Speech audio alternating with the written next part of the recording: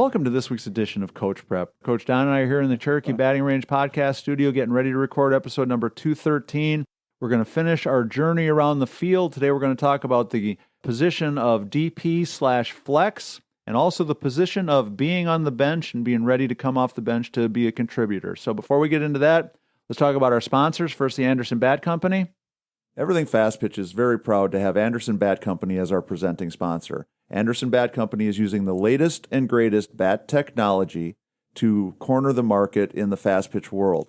They have the -9 Rocket Tech, the -10 Carbon, and the -11 Carbon Light. Anderson Bat Company is using this technology to put a high-performing bat in the hands of hitters that really know the difference between a good bat and a great bat.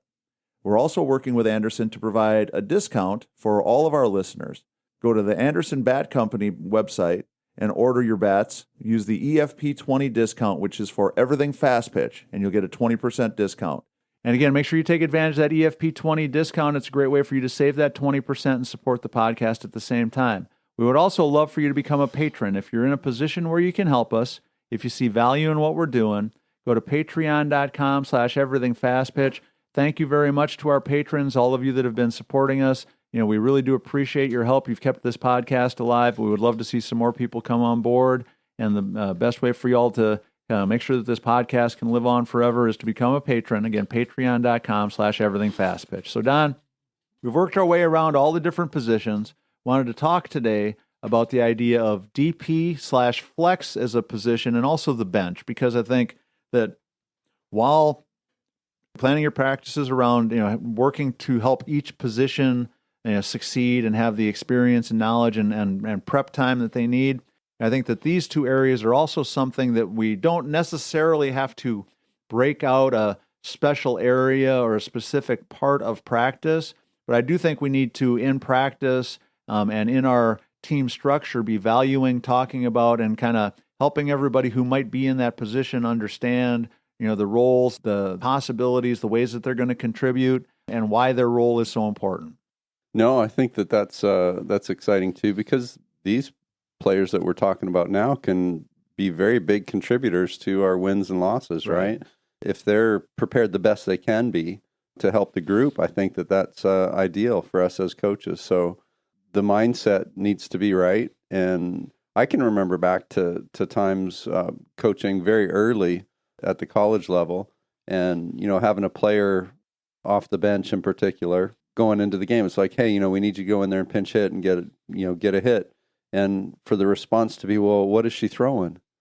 And I'm like, well, you've been watching and so that was the aha moment for me. It's like, well, hey, we need to make sure that everybody that's, the next player in has a very good understanding and a very good idea of what they need to be doing. Right. And what they should be expecting. Right. And to get them prepared that way, for them to know, are they jamming everybody? Are we early? Are we late? Are they throwing rise balls? Is everybody popping up and striking out?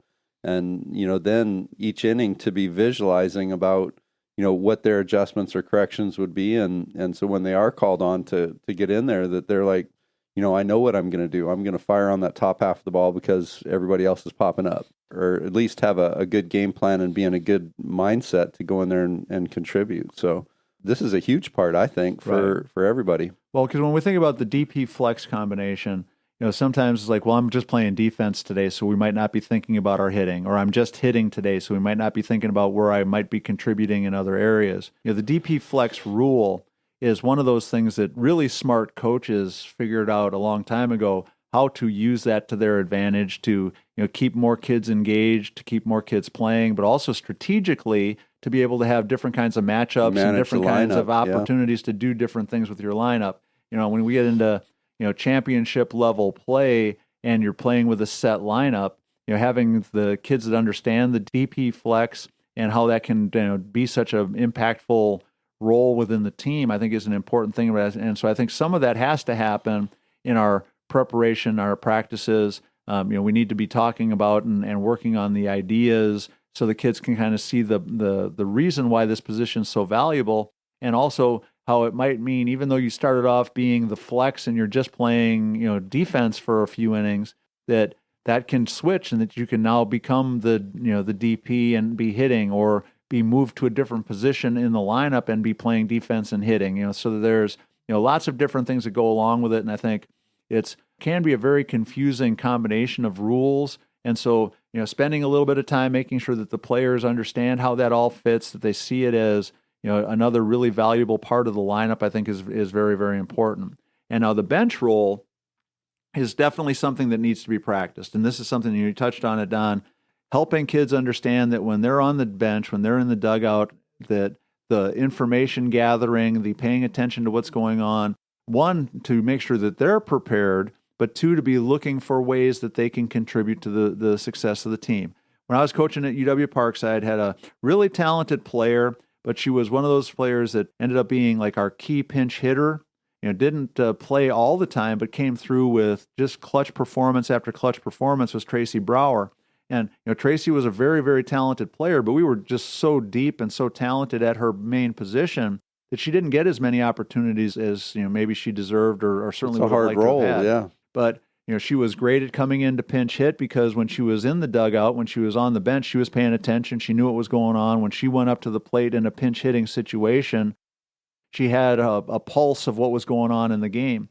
And another indicator of how into the game she always was, she had come up through a high school program where the high school coaches had drilled in all their players of things like checking the base runners to make sure that they're touching the base. That's another big one. And that contributes huge. Right. And twice during her career, she noticed a runner missing a base that we were able to appeal and get outs. And maybe even the biggest one ever was in a very, very important game that had a lot to do with whether or not we were going to advance in the tournament one year. The team that we were playing was mounting this crazy comeback, and they had made several substitutions and messed up in a re-entry and didn't re-enter a player. And Tracy caught it before I did. And this is way before you had Game Change or anything like that. Extra people's eyes on it. Yep. Players in the dugout were keeping the book. And Tracy was the ones like, Coach, I don't think they re-entered this girl. And so, we didn't say anything. She ended up hitting a triple and, walked up to the umpire and said, I think we got an illegal substitution. Of course, They erased the triple, call her out, and it was a gigantic momentum changer. And of course, then, the other team kind of lost their momentum because, they had everything rolling in their favor. And of course, something that they should have avoided bit them in the butt, totally turned the game around. And so I always had a tremendous respect for Tracy, because she was that player that she could have been sitting in there moping and mad and frustrated, or she could do what she did, which was figure out ways to contribute and come through when the team needed her. And so, but those kinds of things are things that we have to practice a little bit. We have to tell and work with our players. And I think this is something that you can do with all of them, is doing the simulated game stuff and saying, okay, who's paying attention to the base runners? Who's paying attention to the batting order? Who's paying attention to the, different things that are happening out there? Who can tell me what the pitcher's number one pitch is? Who can tell me, what this team's going to do on a first and third play? So it's kind of like a right fielder backing up first base with the runner on first base after every pitch. 90 times out of 100, nothing happens, but those other couple times the ball gets through. Same thing here. Everybody on the bench should be expecting to be the next one called up. Right. And you should be, preparing. You should be watching. And we have to help them be prepared. If we don't spend time in practice simulating some of this stuff, talking to them, training them to do it, we can't expect them to be ready to do it on game day. And again, we talked about, working our way around the field. Big part of it was we wanted to help our coaches understand that every position has different responsibilities, duties, and requires different training and different attention to make sure that they're ready to play. Well, the same is going to be true for the kids that are filling that DP flex role, and the same thing is going to be true for the kids that you hope can come off the bench and make a difference when you need them to in a game. And so, I think we've talked about a whole lot of ways that we can make that easier and more productive. And I like what you're saying too, Tori. Our team's out in the field, so obviously the ones that are still in the dugout are the ones that we could just really casually stand beside and say, hey, what's the other pitcher doing with our hitters? Right. So at least, having to engage their mind into, what their approach would be if they were called upon to go hit. Right. And that might give us even a better idea of who we want to pinch hit. Right. And gives everybody a better chance for success. Yeah. And a good mindset. Yep. So cool. So that's going to wrap up our trip around the lineup and all the different combinations. Hopefully, coaches, you've found that to be useful and helpful. Make sure you reach out to us with ideas or suggestions. If there's anything else that you want us to talk about specific to the field of play and what players are doing, we certainly want to make sure we're being as helpful and as useful as we possibly can. So that's going to wrap up episode number 213. Make sure you support the Anderson Bat Company and also become a patron if you can. Go to patreon.com/everythingfastpitch. Also go to the fastpitchprep.com website, order your Square Cuts training discs there. You can also look at the YouTube channel and the blog posts. And make sure you reach out to us at everythingfastpitch@gmail.com or fastpitchprep@gmail.com with suggestions, ideas, questions, or anything else that's on your mind. So for Coach Don McKinley and our producer, Stan Lewis, this is Coach Torrey saying thanks for listening. We'll talk to you again next week.